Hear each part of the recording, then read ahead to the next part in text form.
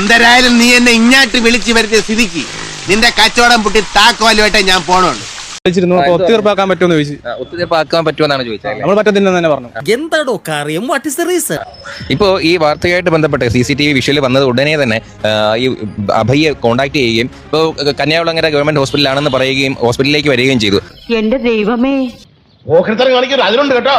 അപ്പോഴാണ് പെട്ടെന്ന് ശ്രദ്ധയിൽപ്പെടുന്നത് ഈ ഉദ്യോഗസ്ഥർ സഞ്ചരിച്ച വാഹനം. നിനക്ക് മാപ്പില്ല കുറുപ്പേ. അയ്യോ പാവങ്ങൾ എന്തിനാ ഈ ഉടായിപ്പ് കാണിക്കണേ? എന്ത് ചെയ്യാനാ തലേ? എനിക്ക് കാശ് വാങ്ങിച്ചേ ശീലമുള്ളൂ, കാശ് കൊടുത്ത് ശീലമില്ല. ഇതിലേക്ക് ഈ ഹോസ്പിറ്റലിലേക്ക് കടന്നു വരികയും നമ്മുടെ മൈക്ക് കണ്ടപ്പോൾ തന്നെ അതേ സ്പീഡിൽ തിരിച്ചു പോവുകയും ചെയ്യുന്ന കാഴ്ചയാണ് ഇപ്പോൾ കാണുന്നത്. ഇങ്ങനെയായിരുന്നു സംഭവിച്ചത്. ഞാൻ രാവിലെ കോളേജ് പോകാൻ വരെയായിരുന്നു അതുവഴി.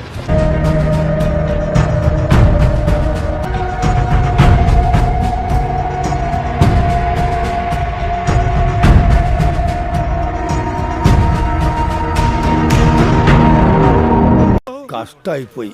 വെടിവെച്ച് കൊല്ലണം അപ്പൊ അതിനെ. എവിടെയാ പഠിക്കുന്നത്? എവിടെയാണ്? മുസ്ലിം കോളേജ് വെഞ്ഞാറമൂടാണ് കോളേജ്. അപ്പം ഇവിടെ പള്ളിപ്പുറത്താണ്.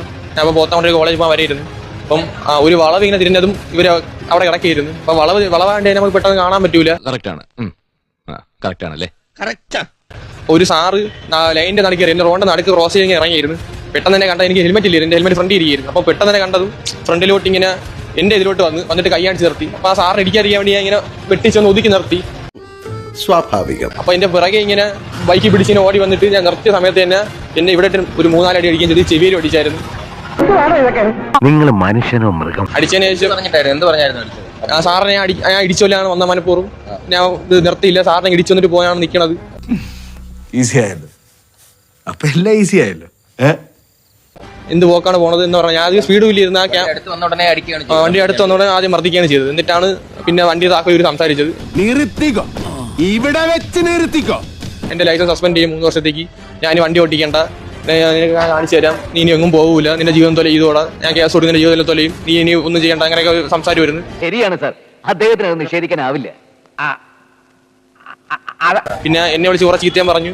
എന്റെ അമ്മ അപ്പൊ ഞാൻ ലൈസൻസ് എടുക്കേണ്ട അമ്മയെ വിളിച്ചായിരുന്നു. അപ്പൊ അമ്മയെ വിളിച്ചിട്ട് ആ ഫോൺ വാങ്ങിച്ചിട്ട് അതിലും അമ്മ എന്തൊക്കെയാ പറഞ്ഞു. ആരാണ് ഈ വിദ്വാൻ? അവനെ കിട്ടിയ ചെവിക്കല്ല് നോക്കി ഒന്ന് കൊടുക്കാമായിരുന്നു. അമ്മയായിട്ട് ഒരു 600 രൂപ കൊണ്ടുപോവാ, അല്ലെങ്കിൽ 1100 അവിടെ വെച്ച് തന്നെ 600 രൂപ കൊണ്ടുപോവാ. ഞാൻ വിളിക്കാം, സ്റ്റേഷനിലല്ല വരാൻ പറ, ഫോൺ എന്നിട്ട് ഞാൻ വിളിക്കാം. കേസ് കൊടുക്കണം പിള്ളേച്ചാ, പോലീസ് അന്വേഷിക്കട്ടെ. അതെന്താ ഈ നാട്ടിൽ ക്രമസമാധാനം ഇല്ലാതായോ? അതായത് 6500 രൂപ കൊണ്ടുവരണം എന്നുള്ളതാണ് പറഞ്ഞത്. അത് അതായത് ഫൈനായിട്ടല്ല പറയുന്നത്.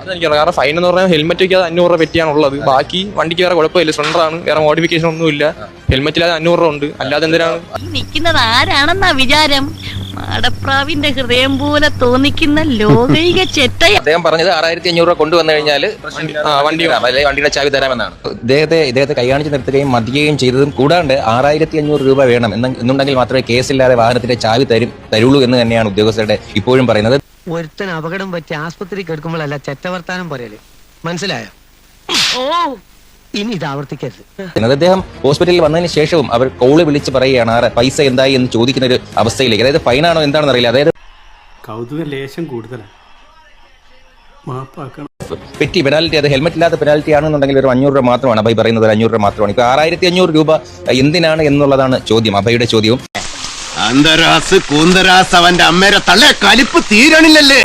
ഞങ്ങൾ അങ്ങ് ഇറങ്ങട്ടെ. ആയിക്കോട്ടെ, സന്തോഷായി.